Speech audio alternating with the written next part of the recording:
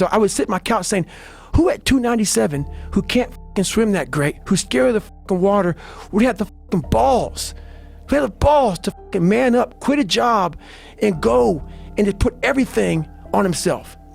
So it's how I started talking to myself and putting myself in a whole different category, and that would fuel me the next day, and I just kept using that as fuel. No one would do this shit. No one would do this shit. You're the baddest motherfucker around. You're the baddest motherfucker ever lived. And I just kept fueling me with the right kind of message that I needed to hear that I was never telling myself. And through time, it became reality to myself. I have like one day where I'm like fucking defeated. But I started realizing this is part of the process. This is part of the journey. I had to realize this is part of my process versus just saying, like I used to, I'm just not good enough. If I'm not good enough, we always say that shit. I'm just not good enough, and then we try something else.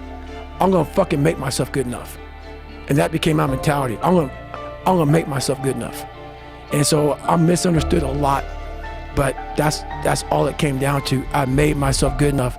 And the days I couldn't run that far, the next week, I would do 2 a days. So on the running, if I ran a quarter of a mile, I wait a fucking couple hours, it'd haunt me, bother me. I try to run a half a mile the next time, same day. You can do more than this. If I had to walk, I had to walk. It just became just a process of grinding, and grinding is not even a good word for it. It's not even a good word for it. So what keeps me going? I've quit several things. I know what's on the back end of fucking quitting. And it's a lifetime of thinking about why the fuck did I do that? And I ain't fucking doing that no more. It's a difficult motherfucker where you're gonna fail and you're gonna be in your head, you're gonna be saying, I'm not good enough. And it's how you get through that. It's how you get through that on a daily basis when that thing is saying, man, I'm 43, I've done so much. You start to become civilized. The refrigerator gets full. You start making money and you start, I'm not getting cold anymore, I'm retired. At 40, people shouldn't be playing basketball or football or being in, you start to believe this shit. And it becomes in your fucking mind like, there's people who are retiring, at 40-something years old or 30-something years old. At 43, I'm still putting in 100-mile weeks, still doing thousands of pull-ups, thousands of push-ups, because I'm not allowing myself to become civilized. The worst thing that can happen to a man is become civilized. You lose that fucking fight. You lose that, why the fuck am I doing this shit? I'm good. You ain't good, man. You ain't never fucking arrived. It was a violent struggle daily to get where I'm at today. I'm not gonna water it down. Shit wasn't fun. It ain't fun today, but I'm happy. We all like to take this 4-lane highway, the easy highway. It has fucking signs, it has restaurants. We all love that 4-lane highway. We always step over the shovel. And all I did was I picked up that fucking shovel, and that shovel, I made my own path. And you may have big boulders and shit. They may be getting 200 miles up the road faster than you. But going through this path of life, this journey over here that you make yourself, that's incredibly difficult. What comes out the other end of that motherfucker is some glorious shit that you can't even explain to people. And we're afraid. Bottom line is most of us, even the people who have all these theories and shit, it's easier to accept the fact that I'm just not good enough. I wasn't made to do that. And yeah, some of us can't be LeBron fucking James. But I'll tell you right now, man, we can do a lot of shit when it comes to this pure on guts and willpower and getting through shit.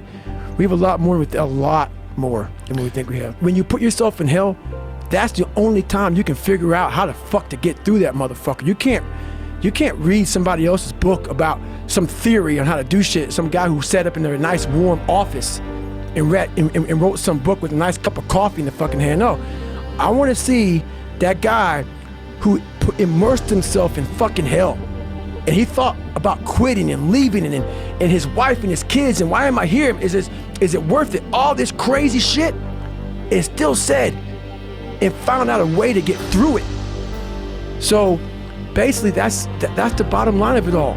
We all want to read about how we can quickly get somewhere. That's why the 6-minute abs and all sort of shit so powerful.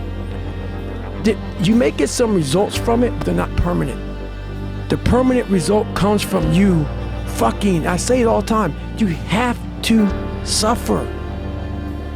You have to make that a tattoo on your fucking brain, so when that hard time comes again, you don't forget it. And then remind yourself, I'm a bad motherfucker. And then you can get through that shit. But if you don't believe it, you haven't endured shit, you're just blowing smoke, man. And that's just my mentality. You may have more, but you never fucking arrive. You want to be uncommon amongst uncommon people.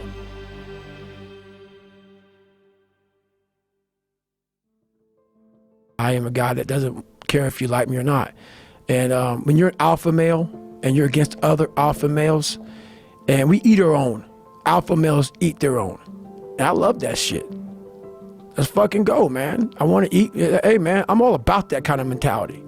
But I would sometimes take it to another level. You know, I wasn't part of a good old boy network. I didn't want to be part. I wanted to be David fucking Goggins.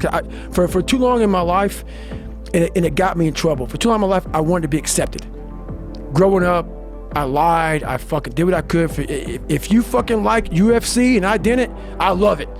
I love it, man. Let's go fucking watch it, man. Be my friend. Be my buddy. That fucking weak ass shit. I found out through this path of life, who is David Goggins? Who am I? So going through I did it alone. There was no fucking trophy on the fucking wall on the mantle. That trophy's in my fucking brain. No one helped me get there. No one paid my fucking bills. No one did shit for me. No one ran those fucking miles, lost that fucking weight. I suffered on my own and developed this man who said, it's who I am, man. A very competitive, ultra competitive dude that take it what you want, man. If you like bench pressing and you bench press all the fucking time, what are you finding out?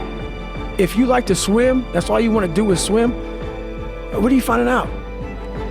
Put that, people always, people talk about triple down on your fucking strengths. Right. That's the fucking weakest shit in the world. No, triple down on your fucking weaknesses. Yeah. Find out something about yourself. You already know the good shit. You already know the happy shit. Right. That's why on my Facebook page, everybody goes, why don't you talk about good times? You know how to get through that shit, motherfucker. You don't need a fucking, you don't need no one to tell you how to get through. It's happy. Right. That's easy shit. Right. I'm gonna tell you how you can help yourself get through the times that suck. Real life. This is real life. 90% of your life will suck. 10% will be fucking happy. You may be a lucky guy and have a lot of fucking money, have a great ass woman, all this shit. Trust me, one-on-one with that fucking guy, he's missing something. His life still sucks because he hasn't faced something that bothered him his whole fucking life. Something is still eating that motherfucker up. Almost everybody. Everybody. Eating you the fuck up. But maybe you found a good way, how I did growing up, on how to ignore that voice that's saying, you ain't facing some shit.